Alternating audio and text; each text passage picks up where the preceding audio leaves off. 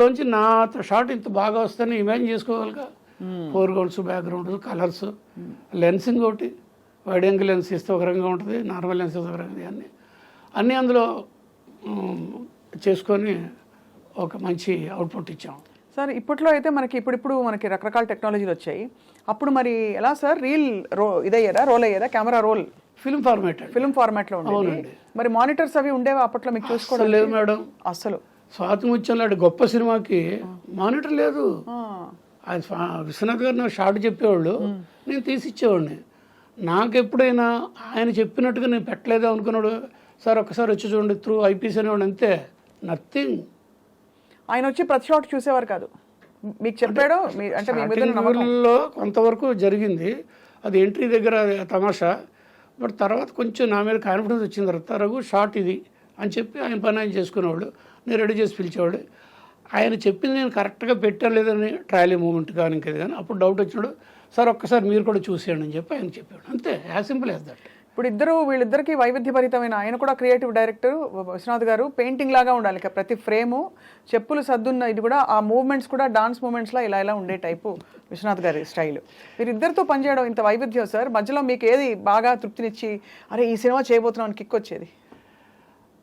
అంటే ఇలాగ విడిగా చెప్పలేమండి. ఆయన జనరేషన్ సంబంధించి ఆయన నెంబర్ 1 ఇంకా అక్కడో ఉన్నారు.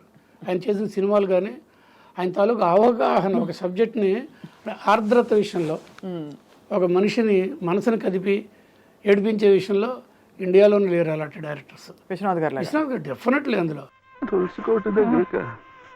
ఇప్పుడు ఎందుకు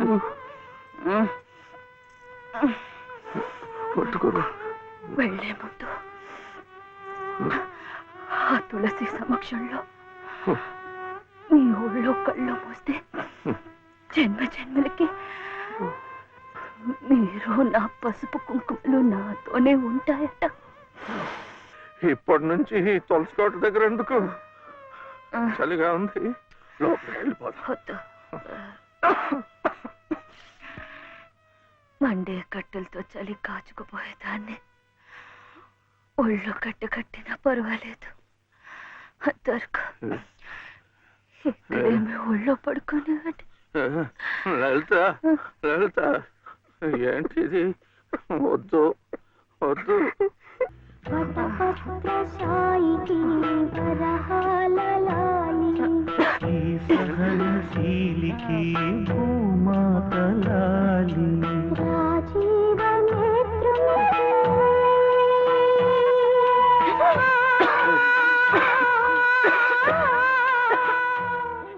సో ఇతను అలా కాదు, ఇది కొంచెం ఎక్సెంట్రిక్ వంశీ, యూత్ తేడా ఉంది కదా, వయసు కూడాను, ఎక్సెంట్రిక్. ఇలాగ అందరిలాగా నేను ఎందుకు ఉండాలి అని ఒక స్టైల్ ఇస్తుంది. మన లెటర్స్ బి డిఫరెంట్, కొత్తదనం.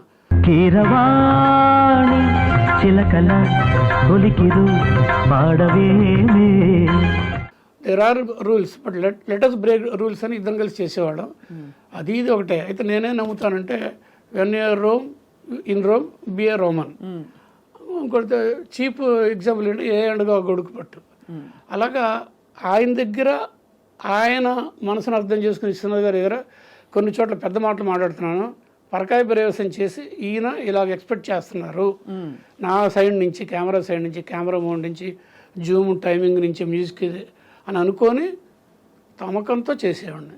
వంశీ దగ్గర ఏంటంటే ఎక్సెంట్రిక్ నాకు తెలుసు, ఆ కంపోజిషన్స్ కానీ అవి కానీ ఇవి కానీ, ఎడిటింగ్ కటింగ్ కానీ, దాని తగ్గట్టుగా లెన్సింగ్, దాని తగ్గట్టు కెమెరా మౌంట్ చేసి ఇచ్చాడు. అంటే అక్కడ అలాగే ఉండాలి, ఇక్కడ ఇలా ఉండాలి.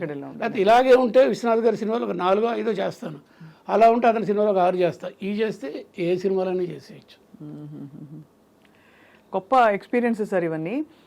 మీరు మధ్యలో అంటే స్వతహాగా మీరు ఇంత విజన్ ఉంది కాబట్టి మీరు డైరెక్షన్ చేయాలి అని యాక్టివ్గా డైరెక్షన్లోకి ఎందుకు రాలేదు? మీరు ఎందుకు వచ్చానుగా, కళ్ళు చేశాను కదా. కళ్ళు కాకుండా అంటే నేను అనేది ఫుల్ ఫ్లెడ్జ్డ్గా. దానికి డైరెక్టర్ అనేవాడు క్యాప్టెన్ ఆఫ్ ది షిప్, తర్వాత film is the directors media, ఆ సూత్రాలు నేను నమ్ముతాను, వాళ్ళ బుక్స్లో ఉంటే విడిగా. సో అంత రేంజ్ నేను ఉన్నానా అని నేను చెక్ చేసుకుంటే నాట్ ఎట్, నో అని నేను అన్నాను. నాట్ ఎట్, హాఫ్వేలో ఉన్నాను, జరుగుతుంది ప్రయత్నాలు. విశ్వనాథ్ గారితో పర్టికులర్గా వంశీతో చనువు ఎక్కువ కదా, మీ ఇద్దరం ఆ సీన్ తీసుకొని తను ఏం చేస్తాడో నాకు తెలియదు, నేను అనుకోవడాలు షార్ట్ కట్టింగ్లు ఇమాజిన్ చేసుకుంటే అతను చేసింది నేను చేసింది చాలా చోట్ల ఇలాగే ఉండేవి. అంటే నేను కూడా కరెక్ట్గానే ఆ యాంగిల్ ఆలోచిస్తున్నాను. ఇది విశ్వనాథ్ గారి విషయంలో కూడా కోడైరెక్టర్ని రిక్వెస్ట్ చేసి ఆయనకి మళ్ళీ పెద్ద ఆయనకు తెలియకుండా ఆ సీన్ చూసుకుని సైలెంట్గా ఉండిపోయి నేను ఆ ఆలోచనలో ఉండేవాడిని. తర్వాత ఆయన వచ్చి కొన్ని షార్ట్లు చెప్పేవాడు. నేను అనుకున్న దానికి ఆయన మళ్ళీ కొంచెం టాలీ అవుతూ వచ్చాయి. దాంతో నేను కూడా డైరెక్షన్ చేయొచ్చు అని ఒక పురుగు లోపల ఎంటర్ అయిపోయింది. అలా కొంచెం ట్రావెల్ చేసిన తర్వాత 86 ప్రాంతంలో విశ్వనాథ్ గారు స్వాతి ముత్యాన్ని చేశాను. 87 ఎండింగ్లో ఒక కళ్ళు సినిమా చేయడం జరిగింది. అవార్డ్ విన్నింగ్ ఫిల్మ్గా ఇందాక చిట్టిబాబు గారు అన్నట్టు ఇండస్ట్రీ కళ్ళు తెరిపించిన సినిమా కళ్ళు. సో కళ్ళు సినిమా మీ అసలు ప్రాజెక్ట్ ఎక్స్పీరియన్స్ చెప్పండి సార్, ఎలా జరిగింది అసలు? ఇది దీనికి ఎక్కడో ప్రస్తావనండి. 1970లో డిగ్రీ ఫైనల్ ఇయర్లో ఉన్నప్పుడు విజయవాడలో ఆంధ్రనాట కళా పరిషత్లో ఈ నాటికి వేశారు రైల్వే ఇన్స్టిట్యూట్లో. అప్పుడు జంజాల, సుత్తివీరభద్రం మేమందరం ఒక బ్యాచ్ మేట్స్, అంటే కాలేజీలో ఒక బ్యాచెస్ అనమాట. అప్పటికి ఈయన తనిఖీల బారని మాకు ఇంకా తెలీదు, ఆయన వచ్చాడంట. అక్కడ కలుపుడి మారుతిరావు గారు రాసిన స్క్రిప్ట్, మ్యానుస్క్రిప్ట్ అంటారు, ప్రింట్ కూడా కాల. ఆయనకి బెస్ట్ ఫ్రెండ్ అయిన బివి రామారావు గారని, అప్పుడు chief secretary of Andhra government. ఆయనకి చేరాను వేసుకోరా డ్రామా చేయరు అంటే ఆయన చేసిన పెర్ఫార్మెన్స్. నాటకాలు అప్పుడు ఒక రకంగా ఉండేవి, అంటే ఇంట్రెస్ట్గా ఉండేవి కాదు, ఏదో ఉండేది. అందుకనే ఆ నాటకాలంటే కొంతమంది సినిమాల మీద మోజు, నాటకాల మీద లేదు. ఆ టైంలో ఈ నాటకం వేశారు. First performance I was there. అయిపోగానే ఒకసారి హాల్ అంతా అసలు స్టాండింగ్ ఓషన్ వచ్చింది. నేను నాతో పాటు కొంత పరిగెత్తుకు వెళ్ళి కలుపుడి మారుతిరావు గారు ఎక్కడున్నారో ఫ్రంట్ రోకి వెళ్ళి ఎక్కించుకొని భుజాల మీద ఎక్కించుకొని, మన క్రికెట్లో వాళ్ళు ఎక్కించుకొని తిప్పుతారు అలాగే నేను ఆయన మోసాను దీంట్లో. అంత ఇన్స్పైర్ అయిపోయాను అనమాట నేను. అంటే సంథింగ్ ఎక్కడో కొట్టింది నాకు. అది ఇమీడియట్గా ఆ రోజున నెక్స్ట్ డేనో ఇద్దరు ప్రొడ్యూసర్లు అనౌన్స్ చేశారు. రామానాయుడు గారు తెలుగుకు తీసుకున్నారు, కే బాలచంద్ర గారు తమిళకి తీసుకున్నారు. ఇద్దరు చేయలేదు. బాలచంద్ర గారు చేశారు, మధ్యలో ఆపేశారు. నెక్స్ట్ నెమ్మదిగా వద్దాం, ఎందుకు ఆపేశారు, ఆయన నాకు అది కృష్ణ భగవానుడు అర్జునుడు చెప్తారు కదా, నాకు ఏం చెప్పారు చెప్తాను నేను. అలా కమల్ హాసన్ కూడా చెప్పాడు, రఘు నేను చేసిన తప్పిది, అమావాస్య చంద్రుడు చేశాడు కదా బ్లైండ్ క్యారెక్టర్ అని చెప్పారు. అలాగే ఇలాగా మొత్తం మీద అది ఆ హ్యాంగ్ ఓవర్ 18 సంవత్సరాలు వచ్చింది. అది 1987లో నేను ఈ సినిమా చేద్దామని ప్రిపేర్ అయినప్పుడు రామానాయుడు గారి దగ్గరికి వెళ్ళి రైట్లు కొనుక్కొని మొదలుపెట్టాను. అంత నచ్చేసింది మీకు ఆ కథ?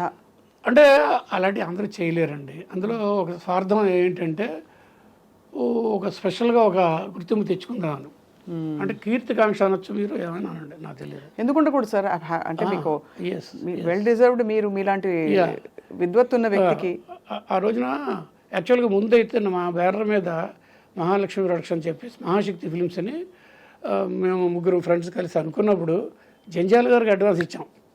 గారు అన్న నేను, ఎందుకంటే జంజాల మేత కలిసే తిరిగాం. మేము జేవిడిఎస్ శాస్త్రి అంటాం, మీకు కొంత తెలిసే ఉంటుంది.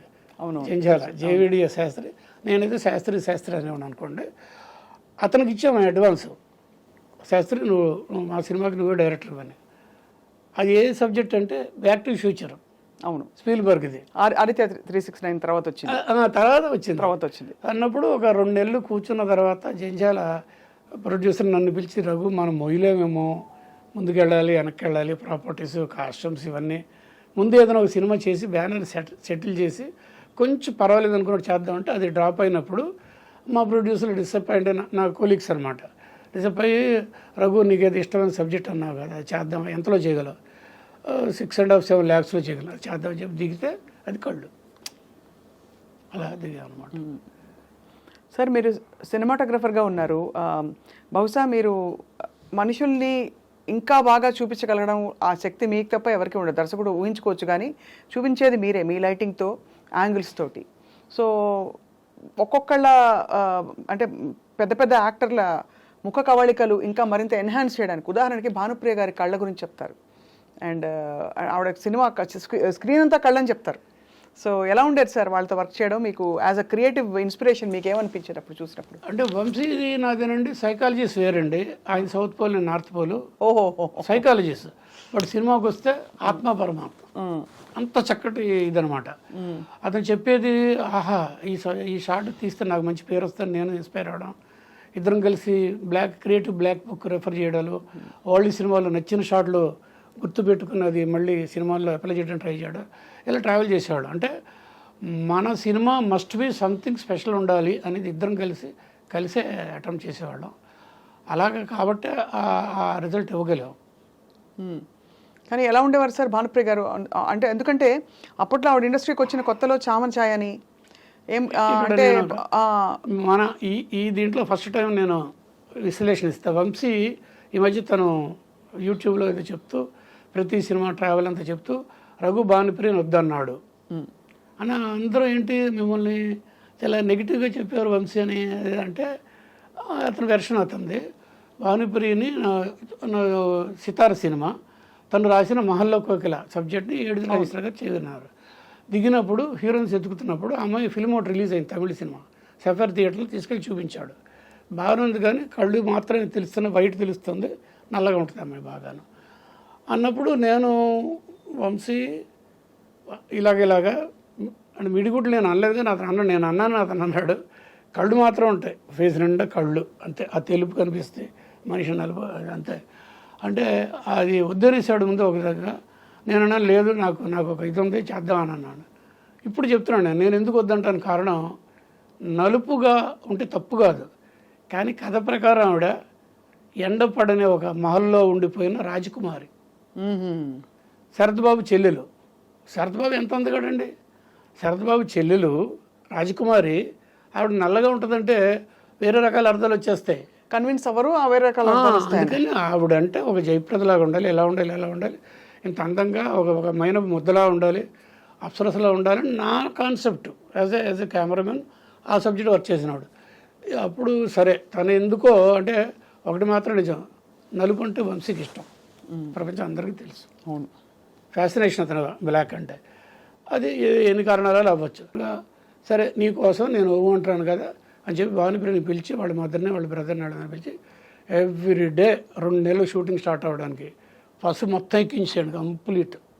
పసుపు మొత్తం ఎక్కించేసి 2 గంటలో 1 గంట ఉండి స్నానం చేయించండి, తర్వాత బ్లింక్ చేయండి సూర్యుడికి కళ్ళకి, ఎందుకంటే రిఫ్లెక్ట్ కళ్ళు మూస్తారు ఇదంతా.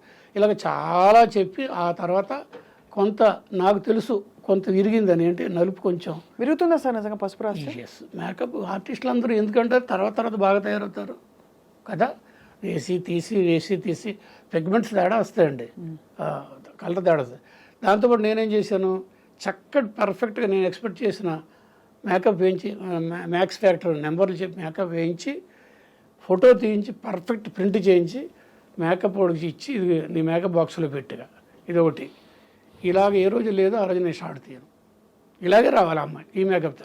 అలాగే నేను ఎక్కువ వేసుకొని వస్తారు కదా, అలా కాదు, కరెక్ట్గా ఉండేటి చేస్తే అది మీరు సితార్లో చూశారు. బాబా ఎంత విషయం చెప్పారు సార్. అంటే యాక్చువల్లీ కాస్టింగ్ విషయంలో ఆ మాటకు వస్తే సార్, పెద్ద డైరెక్టర్లు కావచ్చు ఎవరైనా కావచ్చు మిమ్మల్ని సంప్రదించే వాళ్ళ పూర్తిగా, లేదా వాళ్ళు డిసైడ్ చేసుకుని మీకు చెప్పి మీరు ఫాలో అవడమే తప్ప అవదా? అంటే ఇప్పుడు విశ్వనాథ్ గారి దగ్గర ఎవరు మాట్లాడడానికి ఉండదు. వంశీ మేము పెద్దవాళ్ళని అడగం, ఎందుకంటే పెద్దవాళ్ళ దగ్గరికి వెళ్తే వాళ్ళ తగ్గట్టుగా మేము ఉండాల్సి వస్తుంది. అందుకని చిన్నవాళ్ళు అయితే మాకు కావాల్సిన మేకప్ కావాల్సిన యాక్టివిటీ అన్నీ చేసేస్తారు కాబట్టి అదొక ట్రెండ్ అండి అది. మేము అదే ప్రిఫర్ చేసేవాళ్ళం. అందుకని వంశీ బిగ్ స్టార్స్ ఏం చేశారండి సినిమాలు, పెద్దగా ఏం చేయలే, అంత సక్సెస్లో కూడా. నేను కూడా ప్రిఫర్డ్ టు విశ్వనాథ్ గారు అటు క్వాలిటీ, వంశీ, జంజాల ఇలాంటివి ఎక్కువ ప్రిఫర్ చేశాను. నేను టాప్ ర్యాంకింగ్ హీరోలు వెనకాల పడలా నేను, నాకు దారి కూడా ఇట్లా వెళ్ళింది అనుకోండి. ఎందుకు సార్, ఎందుకు అంటే పడలేదంటే ఎందుకు మీరు వెళ్ళలేదు? అదొక డిఫరెంట్ జానర్ కదా. అవునండి, అది సినిమాని ఇది సినిమానే, కానీ ఇది ఉంటుంది, ఇష్టం ఒకటి ఉంటుంది కదా. ఇప్పుడు నా ఫస్ట్ పిక్చర్ చిరంజీవిది మగమహారాజు, ఇంకో పిక్చర్ చేశాను చిరంజీవితో మహానగరంలో మాయగాడు. గ్యాంగ్ లీడర్లో 30% నేనే చేశాను, లోక్ సింగ్ గారికి నేనే చేశాను. తెలుసు మెయిన్ స్ట్రీమ్ సినిమాలు, నేను ఈ 70 సినిమాల్లో మెయిన్ స్ట్రీమ్ సినిమాలు 45 ఉన్నాయి, లేవని కాదు, కానీ అందులో కెమెరా వర్క్ ఇలా ఉండదు. మీరు చెప్పిన ఒక 6-8 సినిమాలు చెప్పారు కదా, యూనిక్ సినిమాలు, ఏ యాంగిల్లో చూసినా. మరి నాకు ఆత్మసంతృప్తి, నాకు అవార్డులు, నా విజువల్స్ ఎప్పుడు చూసినా సిరివెన్నెల ఫోటోగ్రఫీ ఎంత బాగుంటుంది, సితార, అన్వేషణలు ఇవి. అది మిగిలిన సినిమాలో ఫైట్లు, సాంగులు ఏమిటో ఉంటాయి, ఐటమ్ సాంగులు. నాకేంటి, నాకు ఫుల్ మీల్ ఉండదు. అవును. అది మైండ్ సెట్. ఇదన్నీ కాకుండా అటే ఉంటే నేను ఈ వాటికి 4 మేడలు, ఒక 5 కార్ల మధ్యలో ఎలా ఉండేవో నాకు తెలియదు. బట్ నాకు అంతకంటే మించిన ఆత్మసంతృప్తి ఉంది. అంటే ఇది మనస్తృప్తి కూడా చేసుకున్న మాటలో మీరు ఎలా అయినా అనుకోండి. చాలా లేదు సార్, మీరు నమ్మిన దాన్ని మీరు పాటించారు. కానీ ఈ గ్యాంగ్ లీడర్ ఎందుకు సార్ 30% మాత్రమే అంటే మీరు చేసి తర్వాత అంటే లోక్ సింగ్కి అప్పుడు ఇంకోటి ఏదో చేయాల్సి వచ్చింది, ఇంకో సినిమా ఏదో, అలాగేదో 2 యూనిట్లు ఉన్నప్పుడు అవన్నీ నేను ఎక్కువ చేశాను. ఎలాగో బాబిరెడ్డి గారితో చేశాను కదా నేను, అందుకని ఎప్పుడు అవసరమైనా బాబిరెడ్డి గారికి నేనే ముందు వస్తాను అన్నమాట. ఓకే, అలా చేశాను అన్నమాట.